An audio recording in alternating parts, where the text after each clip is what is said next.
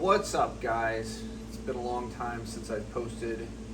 I don't even know if I have any followers that actually watch my channel because I don't post a lot. I pretty much post whenever I get bored.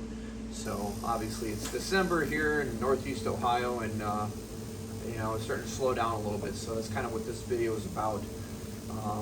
So it's December. If you're in a cold area like I am in Northeast Ohio, the retail customers aren't calling as much as they were a couple months ago. You're starting to kind of scrape into your savings account. You're starting to panic a little bit. You're wondering how can I drive more business? How can I make some more money during the harsh winter months? Well, you might have to swallow your pride a little bit, okay? I'll give you the answer. Of course, retail customers is where it's at. They pay you more money. You get more referrals that way. You can upsell them, more often. Versus, yes, it is. The answer is dealers. Okay, so dealerships, fleet accounts, whatever you can do. So dealerships are the way to go. That's what's going to pay the bills when you're going through the winter months. If it's starting to get a little bit slower, dealers will keep you busy. Wholesale. So a lot of pros and cons to that. Of course, just with anything's going to have pros and cons. There's pros and cons to retail, to just a normal customer. You never know who you're going to run into. You're going to, I've always said, out of 100 customers, 99 are always going to be, I would say 99 are awesome. And you're always going to have that 1%, that one out of 100 people that is just hard to deal with, and no matter what, you can't make them happy, or you just would rather not deal with them at all. So a lot of pros, but there's going to be some cons with working with dealers. Okay, so number one pro, of course, you're going through right now, it's cold, you're dipping into your savings account. Dealers will keep you busy through the winter time. Okay, so your wholesale is not going to pay you as much, but you're going to at least have work and at least keep the lights on. It's going to pay the bills. Okay, so there should be, depending on who you get in with. Okay, so I've been fortunate to, where I'm at, I'm able to, I have several accounts with local dealerships in my area. So I constantly have work coming through the pipe. I mean, we are pretty much busy all year long, thankfully. So you're going to be busy. They're going to keep you busy throughout the winter months, okay, depending on who you are with. So if you're not fortunate to have big dealerships or big contracts, the next best thing would be like little wholesale lots, or little used car lots or something. Those will work just as fine. I don't know how much they might not pay as much, or they might pay a little bit more. It just all depends on your area and your negotiation skills. So yeah, pro number one is they're going to keep you busy. It's going to keep the lights on in your business, and it's going to keep the work flowing and keep you active. Pro number two, now it can be kind of like a double-edged sword, okay? Because technically, you know who you're dealing with. So if you build a good reputation, if you build a good relationship, build good rapport with the manager or whomever you're getting the work from at the single dealership or wholesale lot, the pro is that you are just dealing with one person, and you're not having to run into the unknown, a new customer. It's nice to build a good relationship with that manager or salesman, whoever's giving you the work. You're constantly talking to the same person. Now, the other side of that sword, if you are working with the dealership, yes, you're going to be communicating with a manager, but also you're going to be talking and dealing with salesmen, okay? And salesmen can come on all different, flavors or of personality. Let's put it that way. I don't know if it's kind of a weird way to put it, but you're going to run into quite a diverse group of people, okay? Personality-wise, they're going to depend on you. So, you're going to be their go-to guy, okay?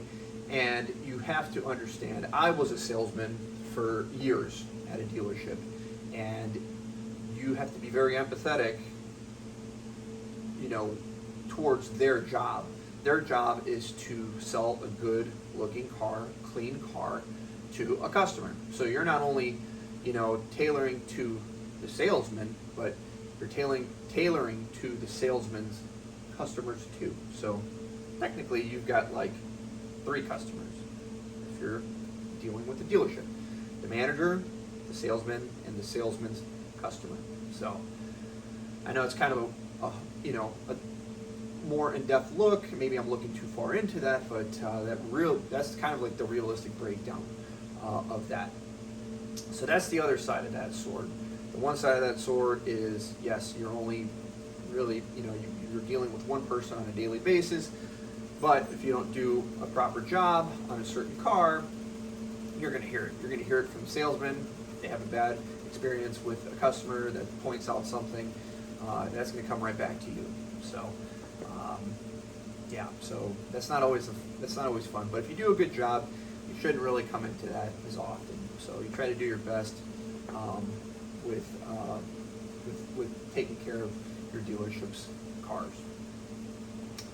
I would say that another pro with dealerships would be the constant flow of money coming in. And I know that kind of piggybacks off the first pro, but what I mean by that is you kind of have like a safety net, okay? So even if you don't have constant retail customers calling you, even if somebody cancels on you, it's not the end of the world now, because you will always have work no matter what. So let's say you have a client that's coming in on Friday, and they're supposed to be at 2 o'clock in the afternoon. If you're a non-mobile unit, so if you are stationary like we are, you could always, hey, okay, not a big deal. It stinks that you're not coming in. I'm losing the business, or you could just reschedule with them, whatever the situation calls for. But at least it's not the end of the world if somebody cancels on you. So that's nice. So no matter what, even if you have cancellations or anything, you always have to fall back on your dealerships. You're always going to have work. And it gives you peace of mind knowing that, as long as the dealerships are very busy or your wholesale lots are very busy, it's really nice, especially for a small business, or, if you have employees, you're going to have that comfort knowing that you constantly have work, and, it's always going to be there, So you're always going to know, depending on, again, who you're dealing with, you're always going to have a line of work. You're always going to know that, at least if all, fails, at least you're going to have that money coming in, that line of constant flow of work coming in. It's the best feeling to have, okay? Now let's get to the cons. So there are several cons with that. Of course, number one con is you're not going to make as much money, okay?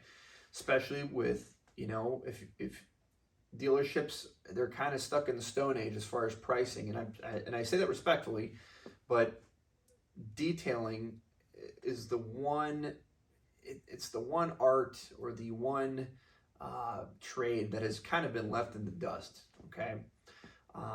And everything else has moved forward. So PDR, painless dent repair, has moved forward with pricing.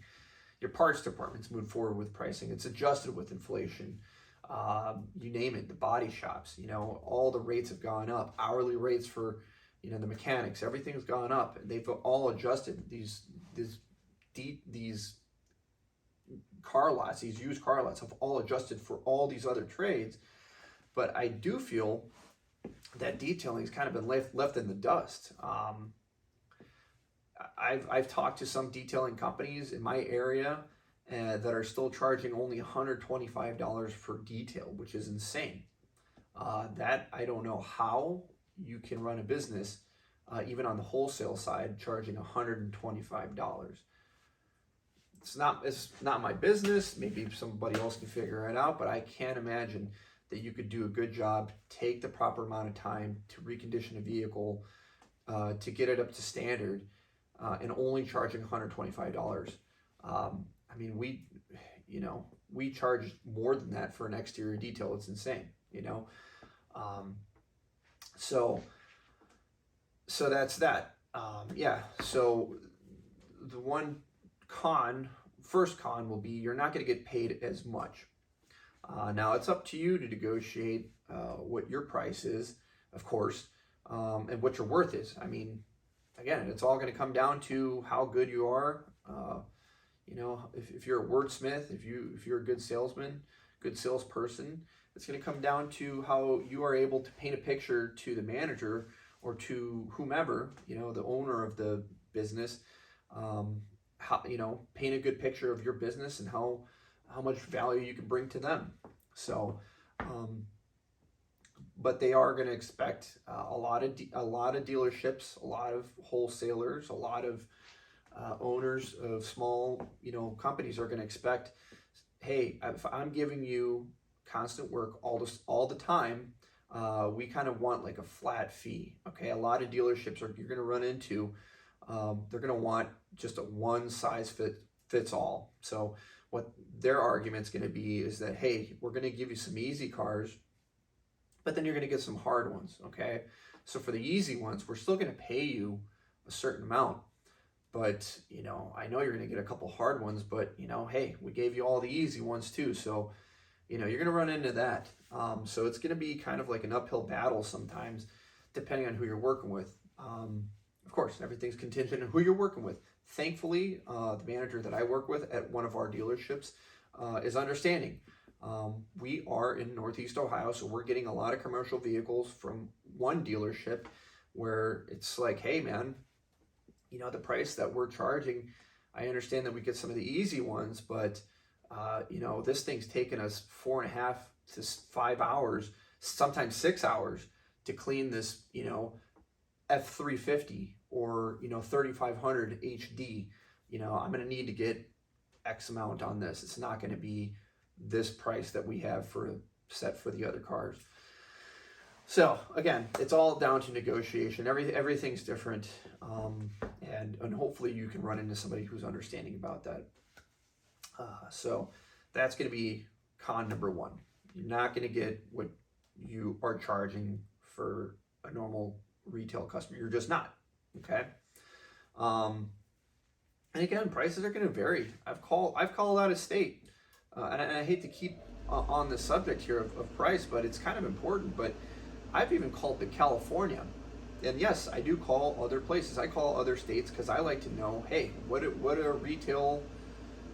you getting for retail customers, and what are you getting for wholesale customers? It's good to know. It's good to know your market, even if it's out of state. But I've called to California, and I'm still getting numbers of like $150, $165 for wholesale. And it just doesn't make any sense, especially right now in 2023, going into 2024, the way that prices have gone up for everything. I feel really bad for people like that. We're getting, we're getting closer to like $250 for wholesale. And that's just what we're doing. And we have another dealership that we do. It's a higher end dealership, and we're charging closer to $300 per car. And again, they want us to polish every single vehicle, so we're doing like paint enhancements to those cars. So again, I don't know. Some people can do it. I can't. Even with my low overhead, I can't fathom only getting, $165 per car. It just doesn't make any sense. Now, if you're not doing as good of a job, or if you're just going in with a Tornador, or just blowing out and just kind of, cleaning up a little bit just so it's kind of presentable, I understand it. I get that. I can understand like maybe $125. You're not going all in. You're not taking a brush with all-purpose cleaner. You're not blowing out the cracks and crevices. That's fine. And again, that all comes down to the negotiation with you and the manager of that dealership, wholesale spot. If they're okay with that, then go with that. That's fine. As long as they understand what they're getting, and if they're okay with that, that's great. But what we're doing, we're pretty much doing what we do with a retail customer. We're going in, blowing out the cracks and crevices. We're taking out the floor mats. We're blowing underneath the seats. Everything. We're getting that car ready. Pretty much, it should be, by the time we're done with the vehicle, it's ready for delivery. So that's what we're doing. That's what we're doing with every single car that we're doing for our dealerships. We really don't do much different, other than some of the chemicals that we use. We're not using the best chemicals. We're not using the best spray sealants. We're not using, we're using a lot of acid on all the wheels and stuff like that. We're not using like our pH balance, iron remover, that kind of stuff. So we're not. I don't want to say we're cutting corners, but we're cutting corners as far as like the products that we're using. We're not going to use a 6-month ceramic sealant on a dealership car, that's going to be sitting on the lot, rained on, and seeing all the elements. We're just not doing that. So that's how we're able to circumvent, spending, too much money per unit. We're cutting costs in a different way. But we're certainly not cutting any corners with the quality of work. So that's con number one. I know it's long-winded, but it's important. Con number two is it's going to get busy. It's great for the winter time, but it can almost get unbearable in the summertime, okay? So it's kind of this unwritten contract that you have with the dealership, okay? So, hey, they're going to tell you, hey, we kept you busy throughout the winter time, but we also need you in the summertime, okay? And depending on who you're with, if you're with a bigger dealership, you're going to get swamped in the summertime. It's going to be crazy.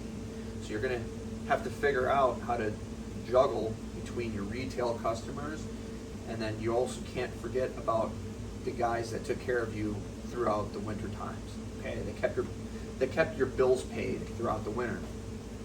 So it's gonna be a juggling act, and it took me, I'm still working on it. It took me, going on 4 years to kind of figure that out for myself. But I think we're getting to a point where I know what to expect with these certain dealerships, with one dealership, with my other dealership.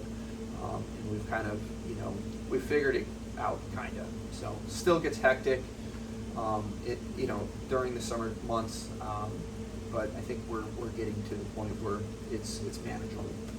So yeah, so be ready for that. So, and it's not good business.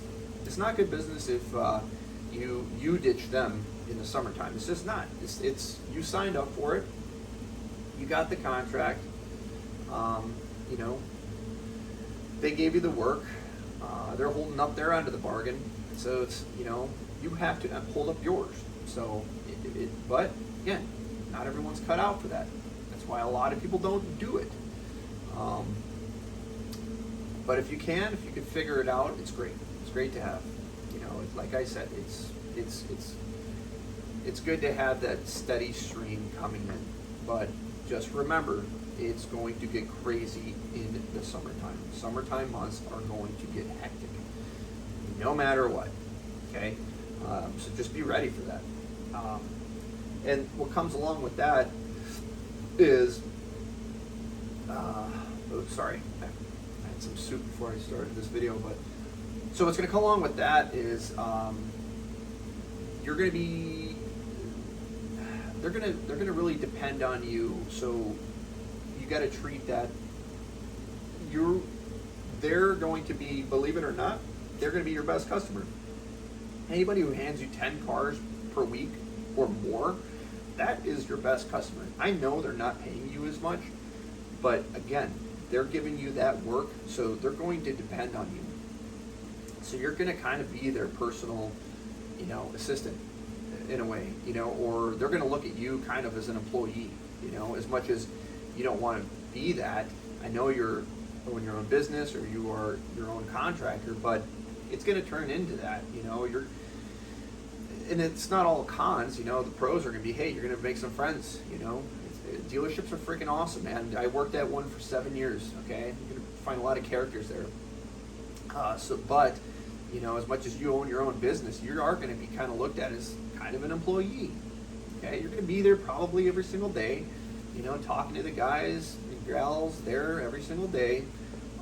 So you're going to be on call a lot of the times, You might have a car that a salesman's looking for, or they might call you and say, hey, I've got a customer coming in on this.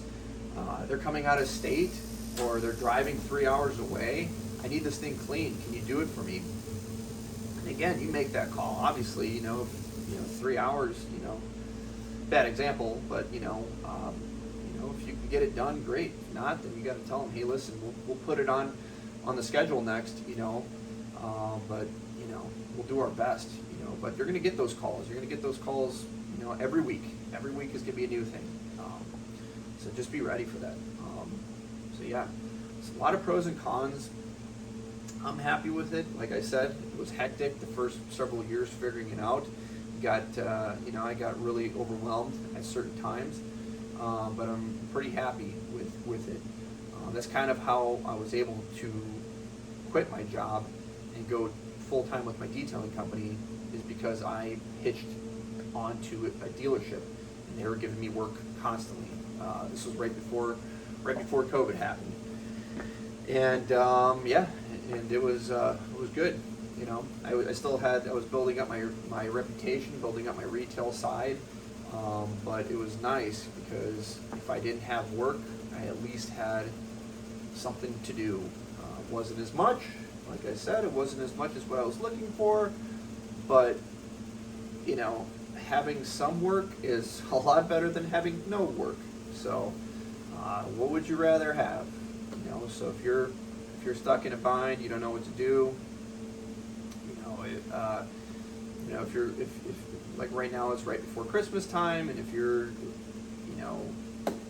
not comfortable with your money situation and retail starting to slow down, maybe think about hitting up your local car dealership, or look up some small car lots. It doesn't have to be a big dealership, or maybe some small car lots. One or two, they might hand you 1 or 2 cars per week. Again, that's 1 or 2 cars you didn't have before.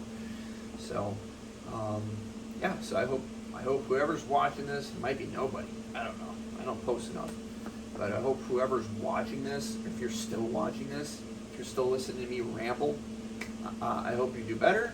I hope nothing but good things for you, especially for the new year to come. This is a really hard business. I'd like to see us get a little bit more respect, a little bit more acknowledgement. I hope you get out there, kick some ass, make some money. All right. If you need any help or anything, just hit me up. You can look me up. I'll put my Instagram in the bio. If you guys have any questions, want to reach out to me directly, I'll be happy to do that. So I like helping out wherever I can. So get to it. Merry Christmas and Happy New Year. Go make some money.